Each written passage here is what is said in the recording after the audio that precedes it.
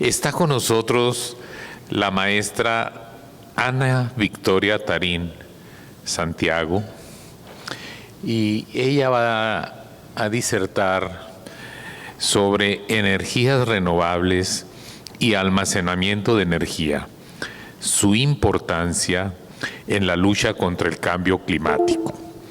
Y le voy a pedir a la maestra que que diga su currículum, por favor, porque, bueno, yo no lo tengo, pero qué mejor que ella puede mencionarlo.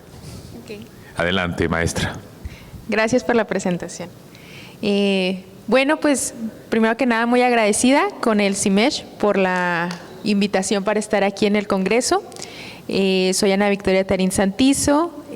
Actualmente me desempeño como directora de proyectos renovables en Greenbolt Power Renewables y también como voluntaria climática de la organización de Climate Reality Project. Entonces, pues empezamos con la presentación.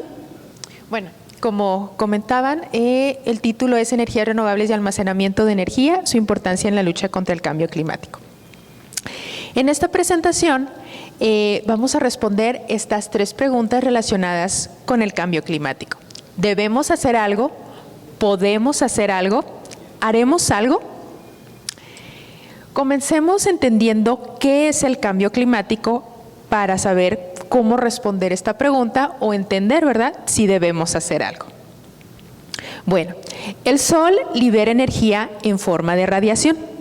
La radiación solar atraviesa la atmósfera en forma de ondas electromagnéticas. El espectro solar se representa en esta imagen mediante líneas amarillas. La radiación solar que llega a la Tierra se estima que es de 340 watts por metro cuadrado.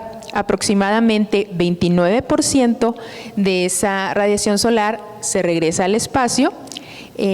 Cerca del 23% lo absorbe la atmósfera de la Tierra y el 48% restante lo absorbe la superficie de la Tierra. La radiación solar absorbida por la superficie de la Tierra se transforma en calor. Parte de esa energía que absorbe la superficie de la Tierra se regresa nuevamente al espacio y aquí la vemos representada con las líneas rojas, ya que se regresa al espacio en forma de ondas electromagnéticas como radiación infrarroja. Pero parte de esa radiación infrarroja saliente se queda atrapada en la atmósfera de la Tierra, transformándose en calor. Tenemos más calor. Desafortunadamente, la actividad humana está amplificando la radiación infrarroja que está quedándose atrapada. A medida que aumenta la emisión de gases de efecto invernadero, es más la radiación infrarroja que está quedando atrapada. Por gases de efecto invernadero entendamos dióxido de carbono, óxidos nitrosos, dióxido de azufre y bueno, todos estos gases de efecto invernadero y como explicaba ahorita, que son el motivo por el que más radiación infrarroja saliente se está quedando atrapada en la atmósfera, está implicando aproximadamente 3 watts adicionales de radiación solar que se está quedando en la Tierra por metro cuadrado de la superficie terrestre. El resultado es calentamiento global. Las principales actividades que generan la emisión de gases de efecto invernadero, pues tenemos producción petrolera, minería de carbón, agricultura industrial, transporte tanto terrestre como aéreo, quema de basura, en fin. Todas estas actividades que vemos mucho, ¿verdad?, de lo que es la dinámica de muchos países, pues todas estas actividades son lo que origina la emisión de gases de efecto invernadero. La principal actividad que ocasiona la emisión de gases de efecto invernadero es la quema de combustibles fósiles. Algunos de estos ejemplos de estos combustibles fósiles son el carbón, el combustóleo, el gas natural. En esta gráfica podemos ver que, bueno, a partir de la Segunda Guerra Mundial hemos estado realmente excediéndonos en la quema de combustibles fósiles. Y como resultado, las temperaturas han aumentado gradualmente. ¿Pueden ver esa semejanza que hay entre la gráfica de la quema de combustibles fósiles y el aumento en las temperaturas tiende a parecerse, ¿verdad? Bueno, en los últimos 7 años se han registrado los veranos más calurosos. Pero la verdad que el tema del calentamiento global va más allá de tener que tolerar o aguantar largos veranos con mucho calor. ¿Qué hay más allá? Bueno, el 93% del calor adicional que se está quedando atrapado en la Tierra va a los océanos. Como resultado, tenemos más agua que se está evaporando de los océanos y de los mares. Y como resultado, esa agua adicional que se está evaporando, pues está ocasionando inundaciones, lluvias intensas. Pero ese mismo calor adicional que hay en la Tierra es el que evapora la humedad de la Tierra. Entonces, en otros lados tenemos sequías intensas. También está mucho esa pregunta, ¿verdad?, de la gente. Bueno, calentamiento global, de pronto me dicen que las lluvias que vemos torrenciales en algunos lados, calentamiento global, pero también las sequías y los incendios. Pónganse de acuerdo, pues son los dos. Sí, en algunos lados tenemos que ese calor adicional evapora el agua y en otros lados, bueno, el proceso es el mismo, ¿verdad? Pero lo que se está evaporando en los océanos, en los mares, como resultado tenemos lluvias intensas y en la tierra, pues como resultado es sequías. Y bueno, los ejemplos nos sobran. Tenemos el huracán Iota que azotó fuertemente a Colombia en noviembre de 2020.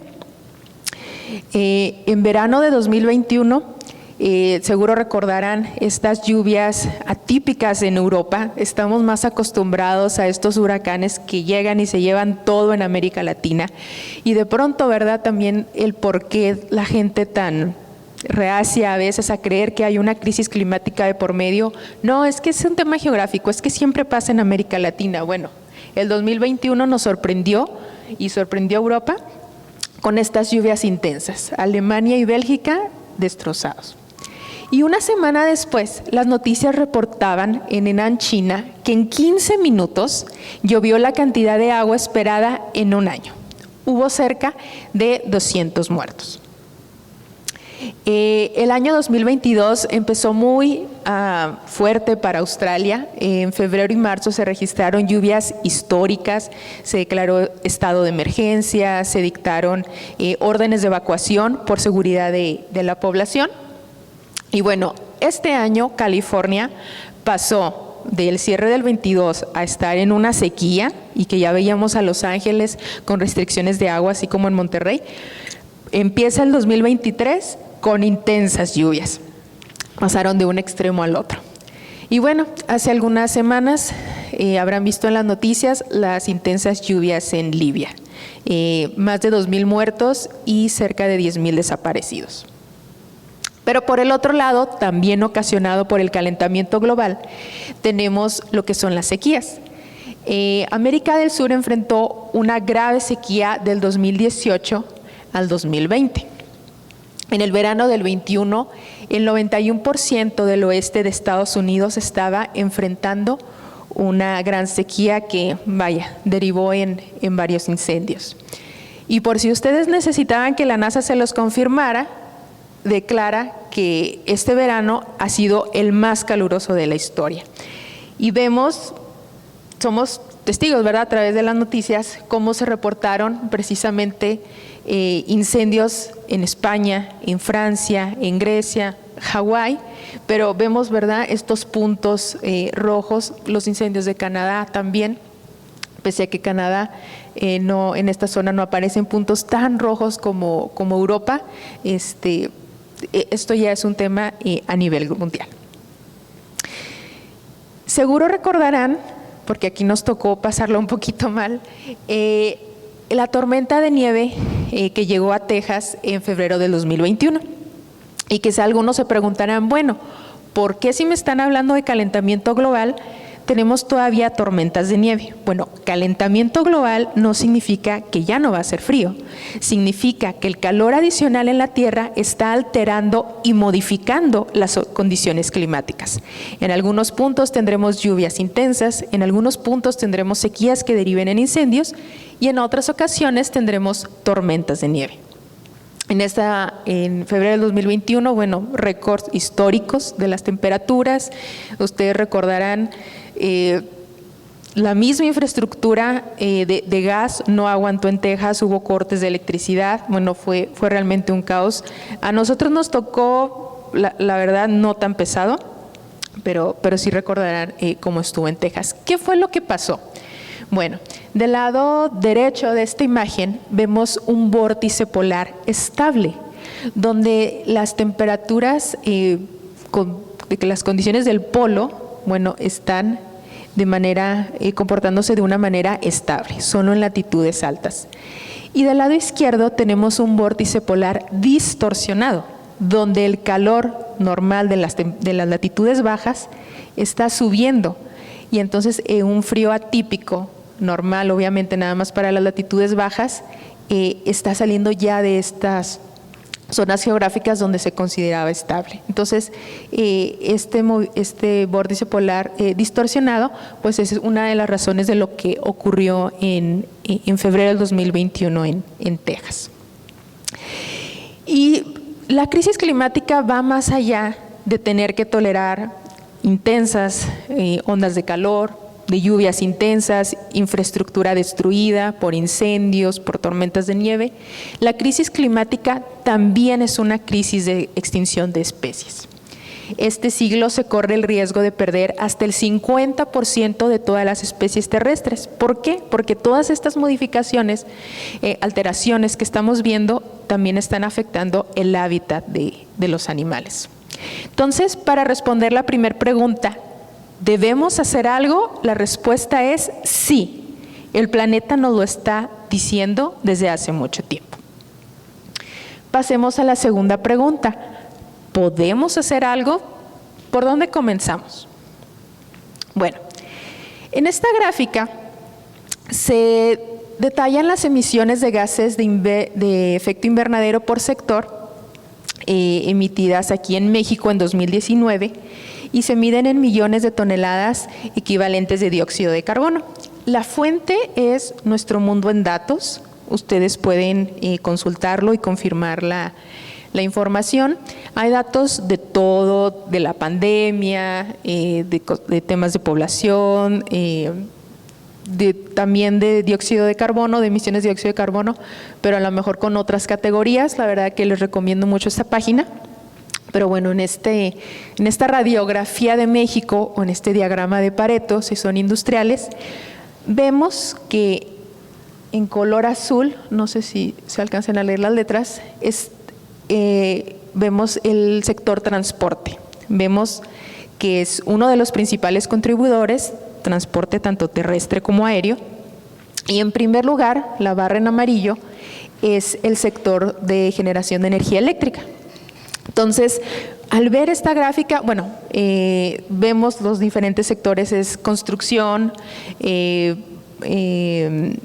manejo de basura, agricultura, operación de edificios, son los otros sectores, no sé si alcancen a leer con detenimiento, pero al ver los principales contribuidores de la emisión de gases de efecto invernadero en México, generación de electricidad y transporte, es posible entender por qué la industria, los gobiernos, la academia están haciendo compromisos o están trabajando hacia una incorporación de las energías renovables, de la eficiencia energética, del transporte sustentable.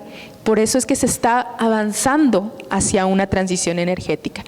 Para los que están en la industria, cuando quieres resolver un problema, ¿qué te dicen? Primero mide.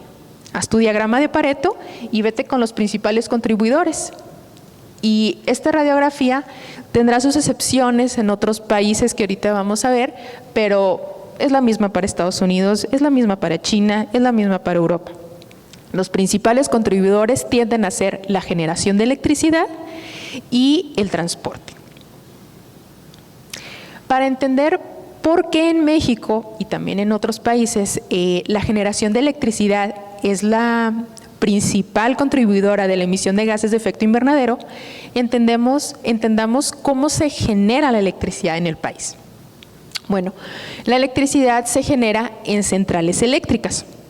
las cuales aquí en México se clasifican en dos categorías: convencionales y limpias. Las centrales convencionales son las que queman combustibles fósiles para generar electricidad.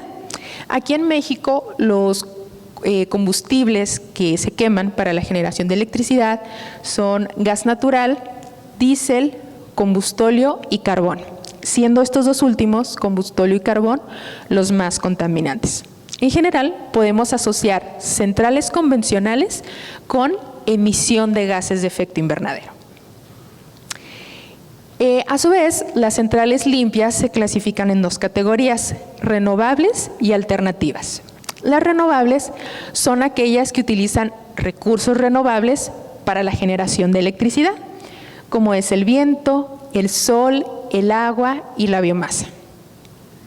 Las alternativas, si bien no emiten gases de efecto invernadero, no utilizan recursos renovables para la generación de electricidad.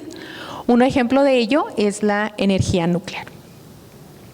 En esta gráfica podemos ver la energía generada por tipo de tecnología en el Sistema Eléctrico Nacional, aquí en México. La fuente es el CENACE, es información pública. Pueden ustedes entrar a la página del CENACE, buscar generación por tipo de tecnología y confirmar aquí los datos. Aquí en esta gráfica podemos ver en color verde, esa representa la energía eólica, tiene una pequeña participación. En color naranja vemos la participación de la tecnología fotovoltaica, con un interesante despunte entre 2019 y 2020. En color rojo es la energía geotérmica y en morado la nuclear. Se han mantenido realmente estables, constante su aporte a la matriz energética. Destaca una interesante reducción en las carboeléctricas en color gris, también una reducción en color como marrón, una reducción de las termoeléctricas, y también destaca un aumento en los ciclos combinados en color crema. En esta tabla se detallan los factores de emisión contaminantes por tipo de tecnología en gramos por kilowatt hora, y la tabla de referencia es EPA, la Agencia de Protección Ambiental de los Estados Unidos. Entonces vemos como una termoeléctrica, como la que tenemos aquí en Samalayuca, puede quemar gas natural, puede quemar combustóleo o puede quemar diésel, siendo más contaminante si para la generación de electricidad quema el combustóleo o quema diésel. Las plantas de turbogás, que hay varias aquí en la ciudad, pueden quemar gas natural o pueden quemar diésel, siendo más contaminante con diésel. El ciclo combinado, que es la tercera tecnología que se detalla en la tabla, implica la combinación del ciclo de vapor que utilizan las termoeléctricas con el ciclo de gas que utilizan las plantas de turbogás, lo que la vuelve la tecnología más eficiente. Por eso, si se fijan, al quemar gas natural, no se ve realmente, al quemar gas natural en un ciclo combinado, se emiten menos gramos de dióxido de carbono y de óxidos nitrosos, que si ese gas hubiera sido quemado en la termoeléctrica o si hubiera sido quemado en la turbogás. La más contaminante de todas las tecnologías es la carboeléctrica, emitiéndose casi 1 kilogramo de dióxido de carbono para la generación de 1 kilowatt hora. Igual tenemos a las plantas de combustión interna. México cerró el 2022 generando 26% de la electricidad con energías, con tecnologías o en centrales limpias, y el 74% restante se generó en centrales eléctricas convencionales. Estos porcentajes, 26 de energías limpias y 74 de energías convencionales, representó 98 millones de toneladas de dióxido de carbono emitidas únicamente para la generación de electricidad, 215,000 toneladas de dióxido de azufre y 124,000 toneladas de óxidos nitrosos. Entonces, vean lo que es una tonelada de dióxido de carbono, 98 millones de veces eso, nada más México y nada más para la generación de electricidad. Díganme ustedes si no hay realmente un problema y una crisis que estamos enfrentando. Y es que no se trata nada más de la emisión de gases de efecto invernadero, también hay un uso de agua implícito para la generación de electricidad. Vemos que una carboeléctrica utiliza 687 galones de agua para producir 1 megawatt hora. Una central nuclear, 672 galones de agua para producir 1 megawatt hora. Pero lo comparamos con un parque eólico que, aparte de que no emite gases de efecto invernadero, utiliza 0 galones de agua para la generación de electricidad. Entonces, el tema de sustentabilidad está por los dos lados. Pensar fuera de la caja implica ver y analizar qué ocurre fuera de la caja. Aquí en México nos dicen que no se puede, que las energías renovables no es una tecnología confiable, que son más los problemas que ocasionan. Yo los exhorto a ustedes a que se pregunten, bueno, ¿y qué pasa en otros sistemas eléctricos, en otros países? Los invito a que revisemos el caso de California. Esta diapositiva me gustaba mucho en cada presentación que daba y la actualizaba siempre en cada presentación.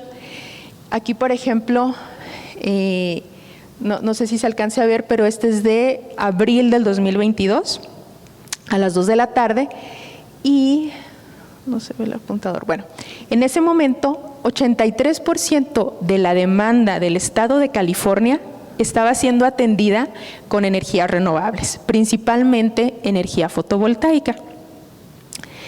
Y les digo que a mí me gustaba mucho esta presentación cuando comencé dando pláticas y iba y tomaba la captura de pantalla, andaba como en un 50% y lo daba otra presentación y luego ya veía un 62%, un 75% y este abril del año pasado 83%. A lo mejor se preguntarán, ¿por qué no la actualicé para esta presentación? Bueno, porque en mayo del año pasado California rompió récord, se volvió noticia. 100% de la demanda del estado estaba siendo atendida con energía renovable, por primera vez en la historia. Entonces, vemos que hay sistemas eléctricos donde las energías renovables son una realidad, donde juegan un papel importante, donde no ocasionen problemas en la red. Ustedes podrán preguntarse, bueno, gran parte se debe a la tecnología fotovoltaica. ¿Qué pasa cuando es de noche? Bueno, California cuenta también con parques eólicos, con geotermia, con hidroeléctricas, con biomasa, con baterías, un sinfín de alternativas sustentables para generar electricidad. Entonces, no hay problema que sea de noche. La diversificación de la matriz energética es muy importante para poder encaminarnos y llegar a esos porcentajes, a esos resultados. Qué mejor que aprovechar el viento cuando hace aire, qué mejor que aprovechar la radiación solar cuando es de día, el agua cuando es temporada de lluvias. Aquí, por ejemplo, para el caso de California, es muy interesante porque le demuestra al mundo el que sí se puede. Y sé que aquí en México el tema es muy complicado, es muy costoso, puede traer problemas a la red. Para la red tradicional, sí, seguramente sí lo es, pero California no llegó a esos números de la noche a la mañana. Como dicen en Colombia, sin transmisión no hay transición. Ok, un sistema eléctrico tiene que transformarse para incorporar energías renovables. Ya en medio de una crisis como la que estamos enfrentando, ya no es justificación decir, es que es demasiado complicado, es que es demasiado caro, es que es que ¿qué más quieres para darte cuenta? Como bien dijo esta semana en la cumbre de ambición climática el gobernador de California, precisamente, esta es una crisis de combustibles fósiles. ¿Por qué seguimos utilizando aquello que nos está haciendo daño a nivel global, a nivel ecosistema? Les recomiendo mucho este libro que se llama Transformando la red hacia energía 100% totalmente renovable.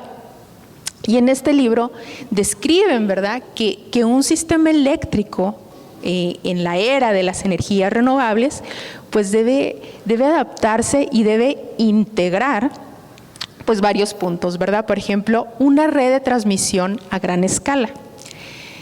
No se trata nada más de que las líneas existentes de transmisión pues pueda fluir la energía sin congestión.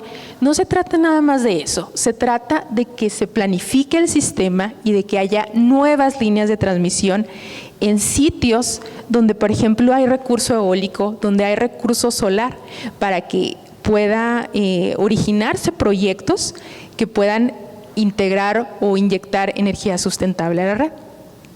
Otra de las características que debe integrar un sistema eléctrico en esta era son las redes inteligentes. Si bien las redes inteligentes no nacieron propiamente por las energías renovables, definitivamente que pueden ayudar directa o indirectamente para una mayor integración de energías renovables. Vemos, por ejemplo, los FACS, control rápido de voltaje, de potencia reactiva, Dynamic Line Rating. Son varias técnicas, métodos, equipos, dispositivos que pueden implementarse como parte de una red, como un todo. Generación distribuida.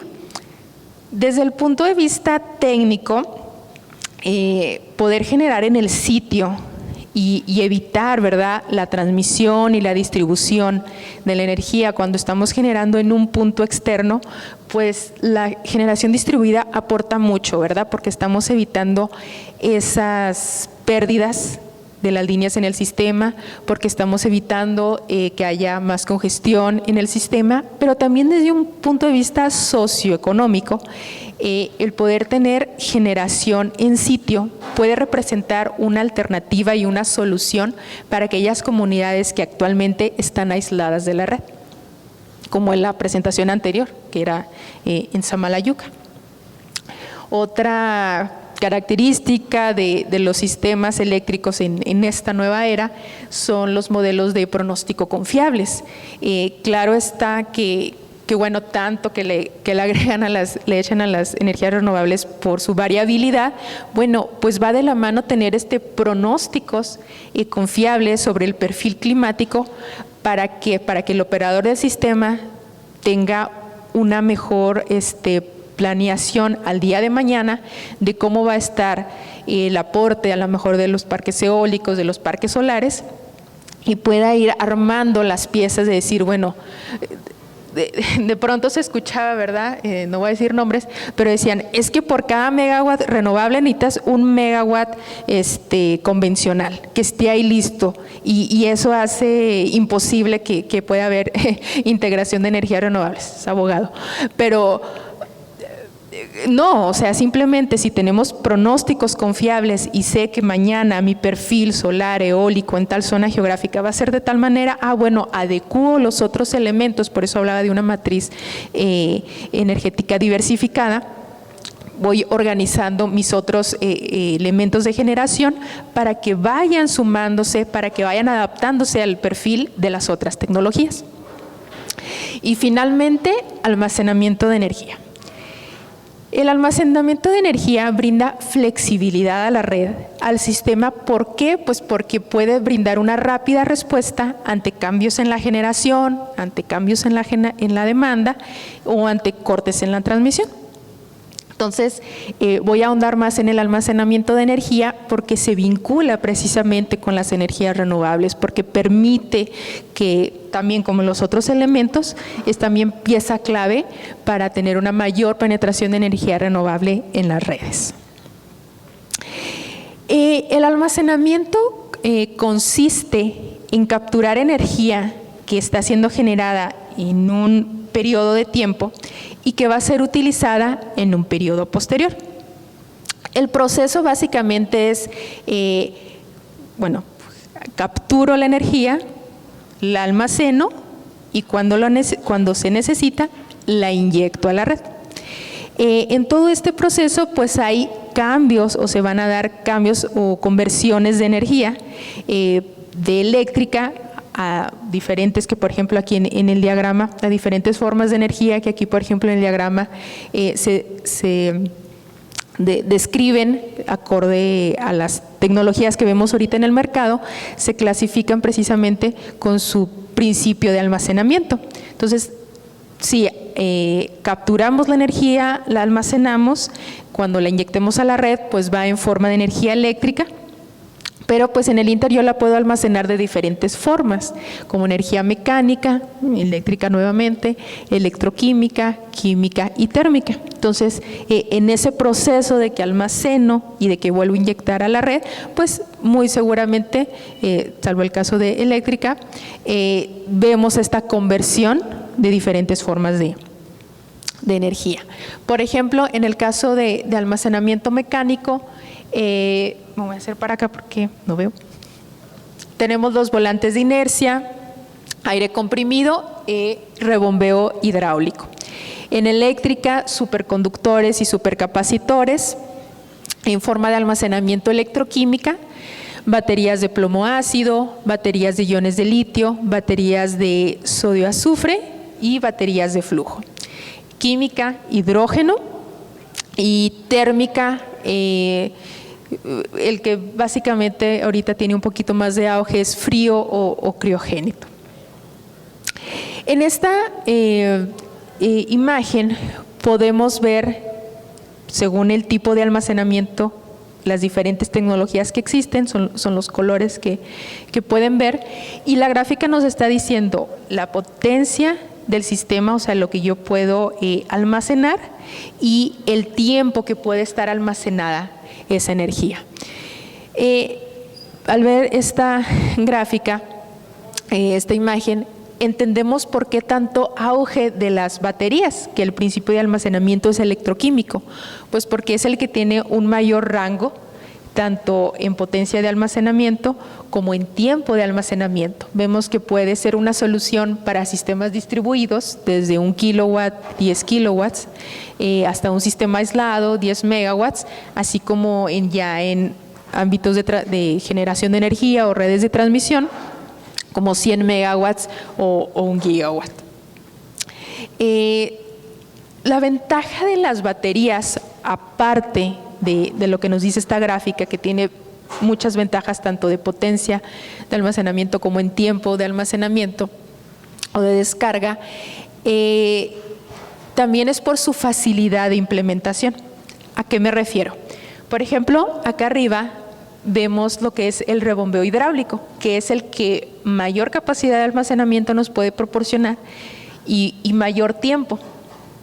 Sí, definitivamente, hasta ahorita no lo superan las baterías, pero tiene ciertas limitaciones. ¿Por qué? Porque solo en ciertos puntos geográficos puedo tener ese tipo de almacenamiento y no es nomás llegar y ponerlo, ¿verdad? Es también estudios ambientales, la parte de permisos, y entonces ya me reduce un poco también el tiempo de implementación.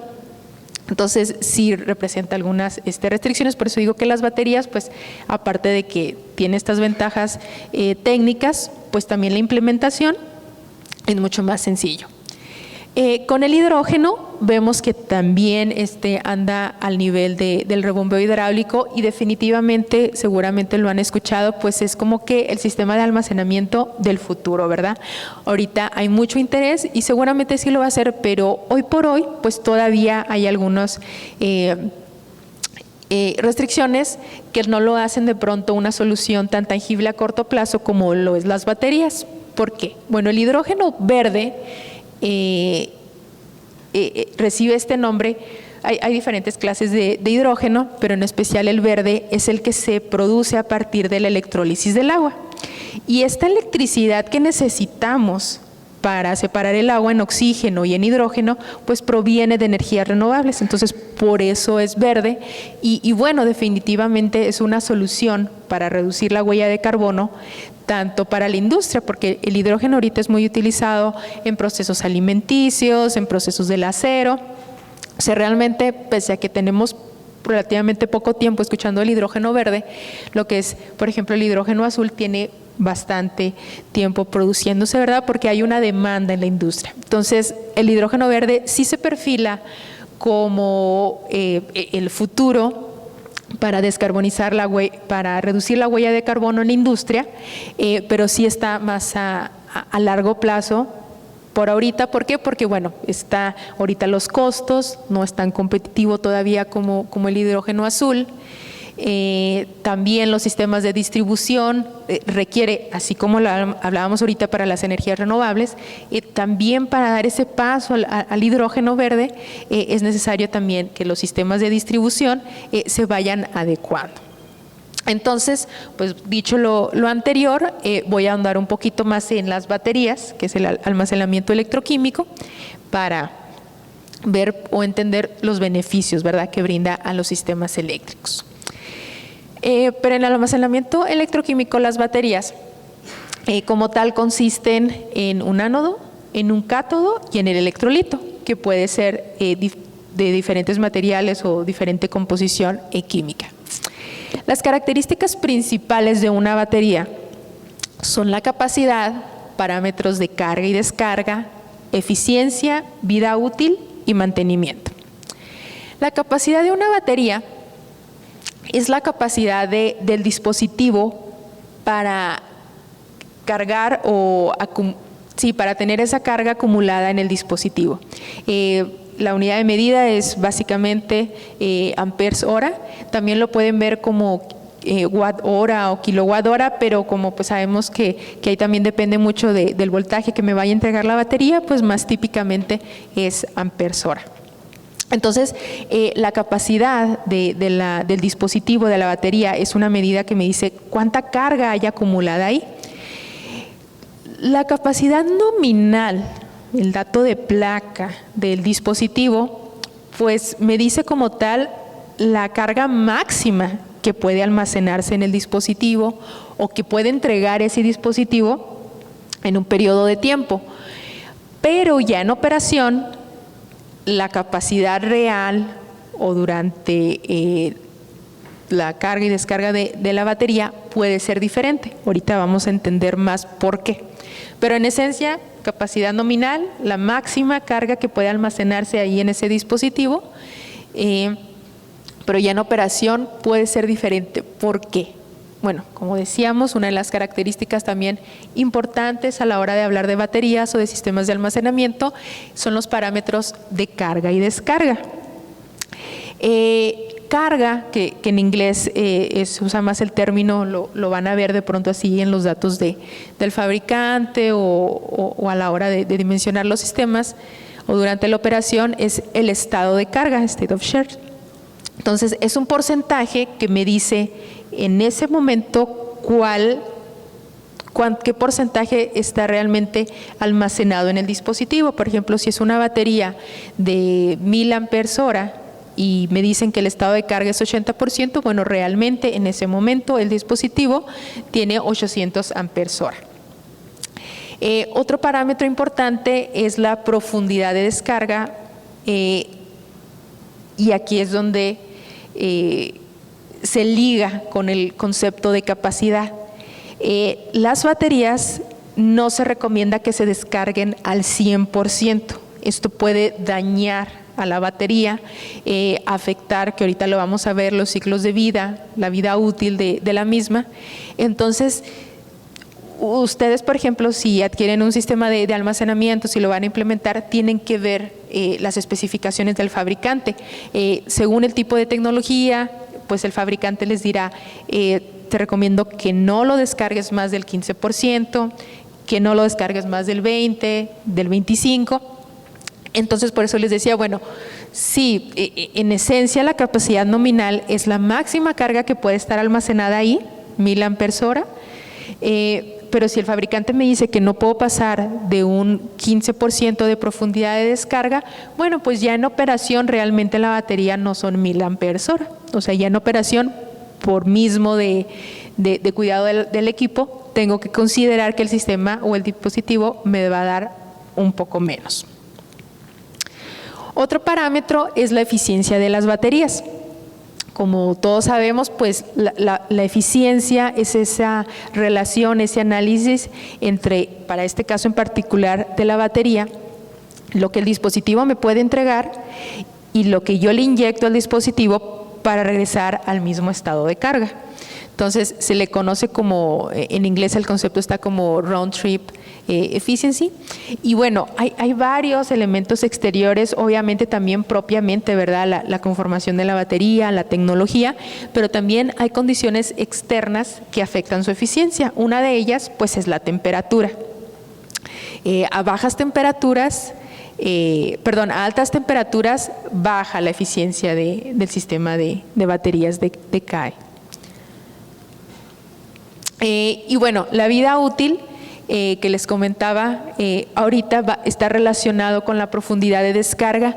Aquí en esta gráfica no es de un fabricante en particular, pero es para baterías de la tecnología de iones de litio. A ver si aquí sí se ve el apuntador, no en blanco, como que se pierde. Bueno, aquí nos dice que, por ejemplo, si mantenemos la profundidad de descarga nada más al 20%, o sea que me puede dar hasta 30,000 aproximadamente ciclos de carga y descarga, o sea, la vida útil. Si se mantiene la profundidad de descarga en un 50%, o sea, estoy utilizando más, el sistema me está proporcionando más energía, me podría dar aproximadamente 10,000 ciclos de vida. Pero ¿qué pasa si yo llevo la profundidad de descarga a un 80%? Bueno, pues ya se está reduciendo la vida útil o los ciclos que me puede dar esa batería, porque recordemos que básicamente ese es su modo de operación, es conmutar carga y descarga. Y ya, si nos vamos a un 100%, pues se reduce prácticamente hasta un 75% del ciclo de vida. Lo más que me podría estar dando serían unos 2,500 ciclos de vida de la batería. Entonces, pues bueno, pues en cuestión económica sí podemos decir, vamos a tratar de cuidar el equipo y que nos vamos a hacer todo lo posible para que nos dure 30,000 ciclos de vida. Bueno, pero pues a lo mejor no hace mucho sentido si de la capacidad que puede almacenar el dispositivo o el sistema nada más me puede dar el 20%, pues a lo mejor no hace mucho sentido, ¿verdad?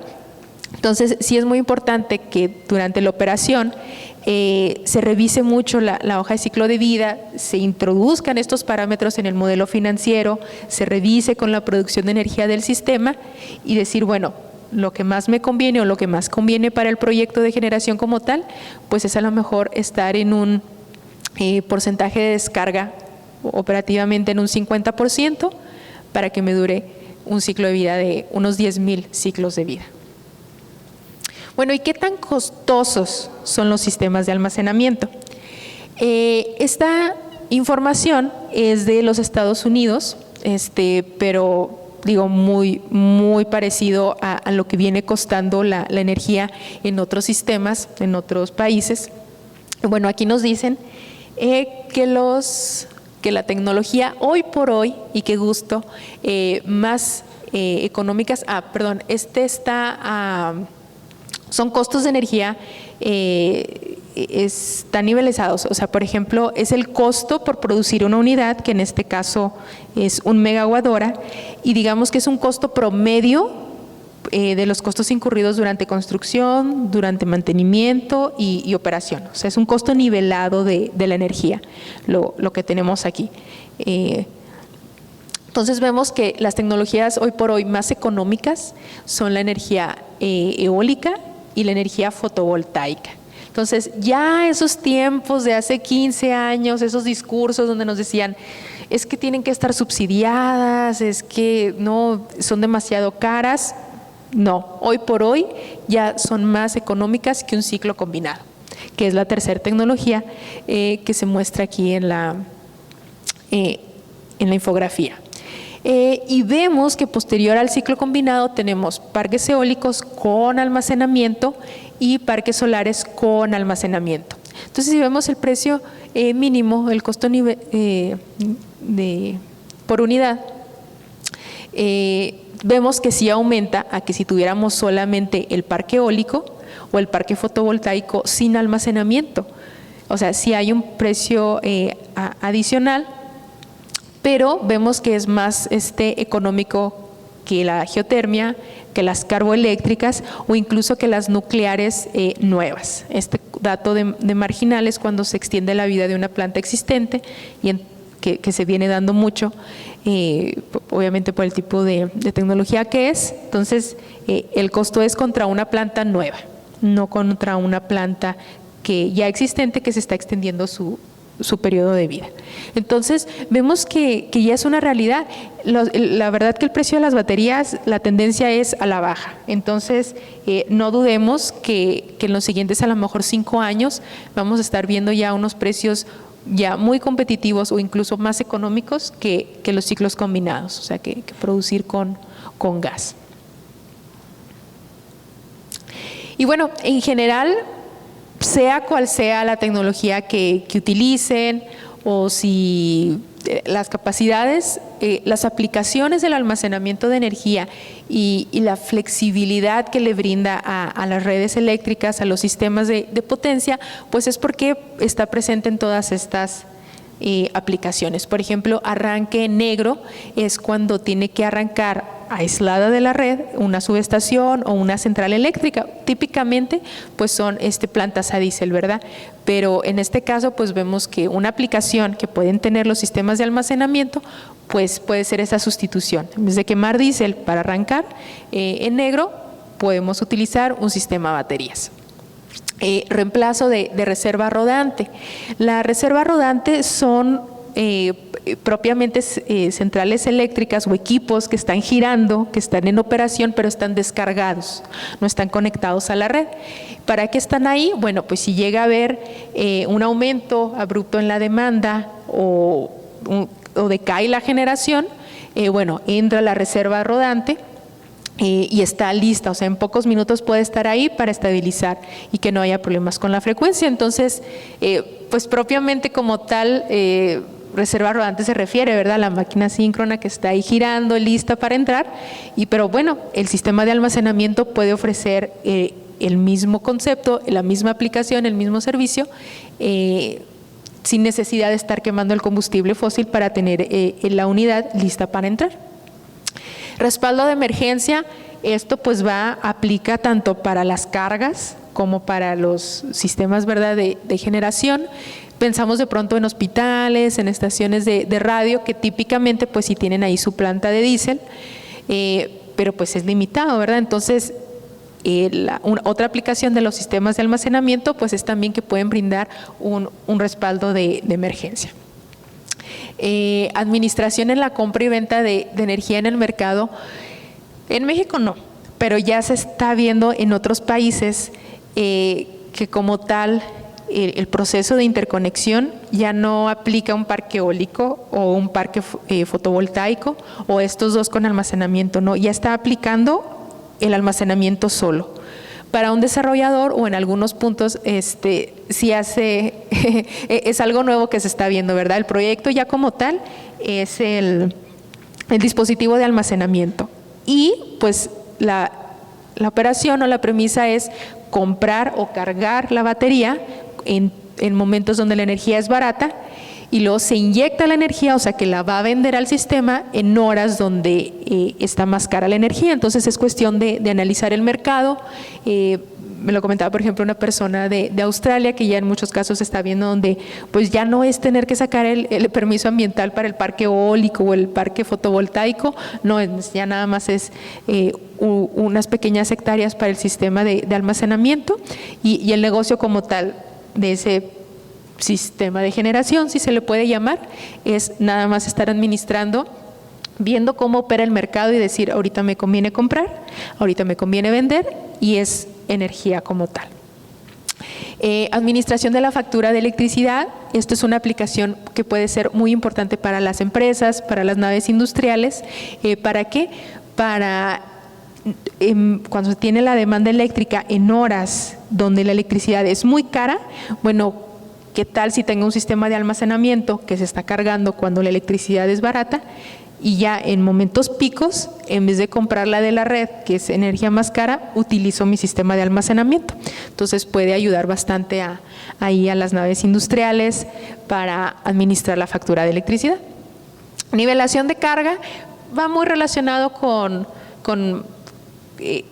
lo que representa lo de administración de la factura, pero no necesariamente va enfocada para reducir la electricidad, el costo de la electricidad, la factura, ni en momentos picos. Simplemente es tratar de nivelar la carga o la demanda de la planta. Igual, tratar de cargar el sistema en momentos donde la energía es barata, y luego estamos inyectando en momentos donde a lo mejor no tengo, está satisfaciendo la demanda en momentos que no necesariamente son picos, pero simplemente en otras partes, y tratar de aplanar lo más posible el perfil de la demanda. Entonces básicamente es nivelar el perfil. Estabilidad de la red, va muy de la mano, ¿verdad?, con la integración de las energías renovables. Básicamente es el almacenamiento de energía brinda esa flexibilidad al sistema, brinda esa oportunidad de tener una respuesta rápida ante situaciones que pueden representar un problema para la estabilidad de la red, que perdimos una línea de transmisión, que perdimos generación, sea cual sea la tecnología, ha pasado. Aumenta la demanda, el consumo, las cargas. Entonces el almacenamiento, definitivamente una de las aplicaciones que también va de la mano con la integración de las renovables, pues van de la mano, precisamente brindar esa seguridad a la red eléctrica. Entonces, respondiendo la segunda pregunta, ¿podemos hacer algo respecto al cambio climático? Sí, podemos hacer un mejor uso de la energía. Como ciudadanos podemos exigir a nuestros gobiernos la implementación de energías renovables, podemos optar por un transporte sustentable. Hay bastantes cosas que podemos hacer. Sí se puede hacer algo para atacar la crisis climática que estamos enfrentando. Y bueno, pasemos a la tercera y última pregunta. ¿Haremos algo? La pregunta es retórica. La respuesta está en cada uno de ustedes como ciudadanos. Sin embargo, sí les puedo platicar lo que se está haciendo. En 2015, todas las naciones del mundo, o gran parte de ellas, acordaron hacer sus mejores esfuerzos para lograr reducir las emisiones a mediados del siglo. Este encuentro de las naciones, este compromiso, se conoce como Acuerdo de París. Ustedes pueden buscar esta página, se los recomiendo, es Climate Action Tracker. Brinda mucha información. Ustedes pueden seleccionar cada país, ver cuáles fueron sus compromisos, qué están haciendo, en qué lugar se encuentran, y definitivamente es preocupante. Es preocupante saber que en 2015 se hicieron estos compromisos, y aunque se están haciendo cosas, no se están haciendo al ritmo necesario, no al ritmo en el que esta crisis ya está encima de nosotros. Vemos que están haciendo algo casi suficiente, pues muy poquitos países en amarillo, de pronto allá Noruega, Inglaterra, Marruecos, unos países en África. Vemos, pues sí están haciendo algo, pero se considera insuficiente. Australia, Estados Unidos, Brasil. Vemos ¿cómo está en la categoría? Altamente insuficiente. Los países que más contaminan, China e India. Y tristemente, como único país de América Latina, está México, críticamente insuficiente. Rusia, pues sabemos que ahorita está en medio de una guerra, no le importa mucho sus compromisos ambientales, pero qué triste que estemos a ese nivel, de un país que está en guerra y que por eso pues no puede hacer nada, a un país que no está en guerra y no quiere hacer nada. ¿Qué tan mal estamos? Esta pregunta, ¿verdad? De pronto no es precisamente enfocada a México, simplemente es qué tan verde es América Latina, y de pronto obviamente coincide con esta información, que es un portal diferente, y pues sí, confirma que México es el país más atrasado de América Latina, y a lo mejor, bueno, definitivamente ustedes pueden decir, bueno, pues sí, Paraguay, Costa Rica, qué fácil, están en el 100% porque pues son países pequeños, tienen hidroeléctricas. Sí, definitivamente tienen a lo mejor un escenario más fácil, pero ¿y Brasil? Brasil, que tiene más población que México, más industria que México, y ver que está en un 60%, pues sí nos dice que algo está pasando, que algo no se está haciendo pese a que estamos en medio de una crisis. Definitivamente, los países que están más en verde tienen un gran aliado, entre comillas, que son las centrales hidroeléctricas. O sea, allá el recurso hídrico es realmente bueno, no como en México. Definitivamente, o sea, comparado con un Colombia, con un Paraguay, con un Costa Rica, o sea, no, el recurso de México no son las hidroeléctricas, pese a que nos hayan dicho que no, pues no se preocupen que estamos frenando parques eólicos y fotovoltaicos, las hidroeléctricas van a… No, México no es un recurso, no tiene un recurso hídrico como otros países, pero sin embargo estos países, cada fenómeno del Niño han tenido problemas. El fenómeno del Niño es un fenómeno cíclico que ocurre cada década, al menos una vez cada década en América Latina, y trae sequías. Entonces, sí somos un país que, no sé, 70% de la matriz energética son las hidroeléctricas, pero hay sequía, ¿y qué hago? Bueno, anteriormente estos países venían optando, pues, utilizaban combustibles fósiles, pero la verdad que, por ejemplo, si ustedes revisan información de Colombia, este país, aparte de que el año pasado recibió el título de ser el país número 1 de América Latina en avanzar hacia la transición energética, ustedes veían el testimonio. Es que los dos últimos fenómenos del Niño nos han afectado mucho y estamos incluyendo energías renovables, parques eólicos, fotovoltaicos, para que en la siguiente sequía estar menos expuestos. Entonces, por eso les decía cuando revisamos el caso de California, es que la diversificación de la matriz energética es todo. Bueno, no hay sol, bueno, pero tengo viento y agua. Bueno, no hay agua, bueno, hay sol y hay viento. Es de pronto, como dicen, ¿verdad? No pongas todos los huevos en la misma canasta. Entonces, pues aquí la reflexión, ¿verdad? ¿Hay algo que debemos hacer algo? Sí. ¿Podemos hacer algo? Sí. ¿Haremos algo? Bueno, nosotros como ciudadanos y en nuestras decisiones diarias hay mucho que podemos hacer, pero no veamos esto como que no, pues, no, que nos motive a como ciudadanos exigir lo que otros países sí están haciendo.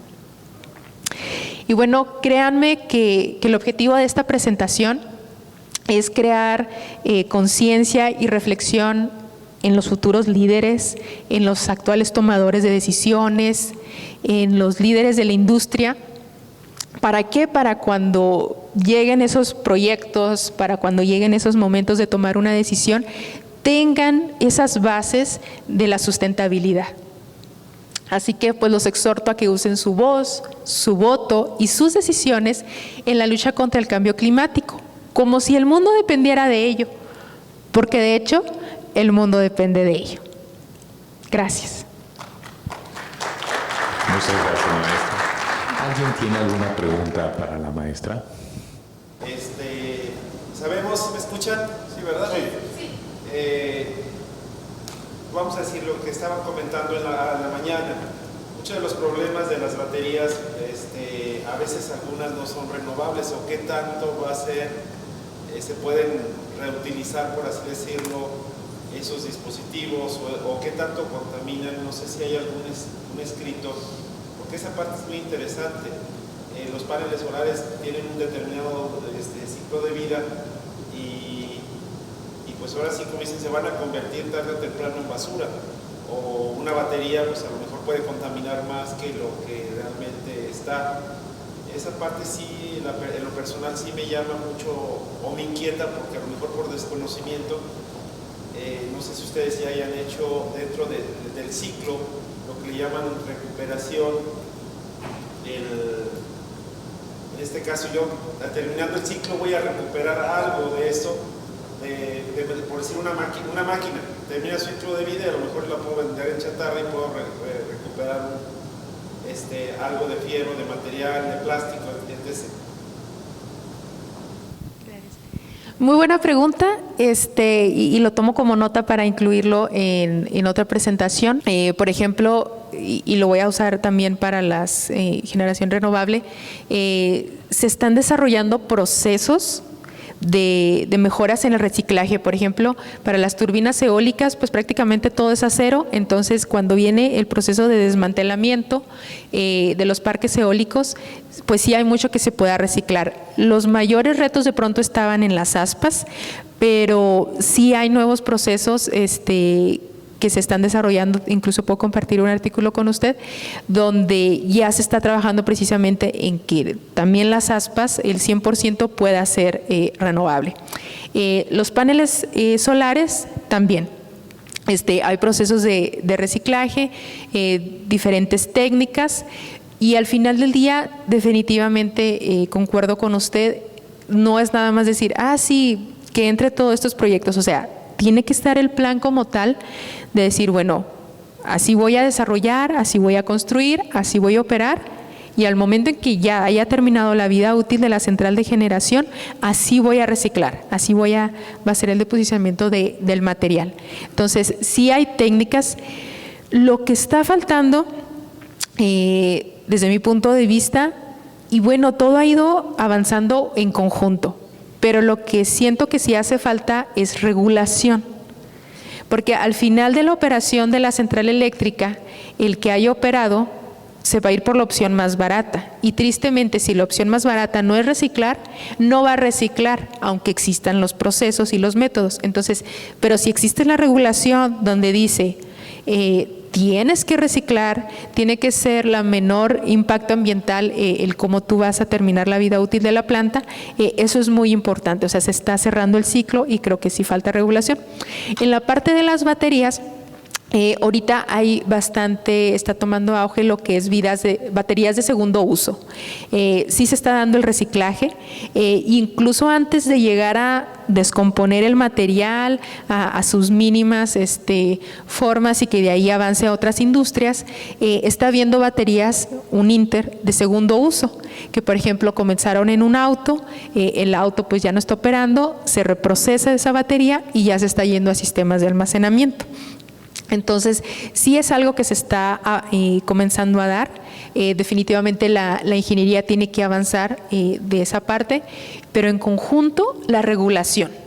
Tristemente, hasta que no es una regla, pues muchos no optan por hacerlo, tanto por la facilidad como por el costo.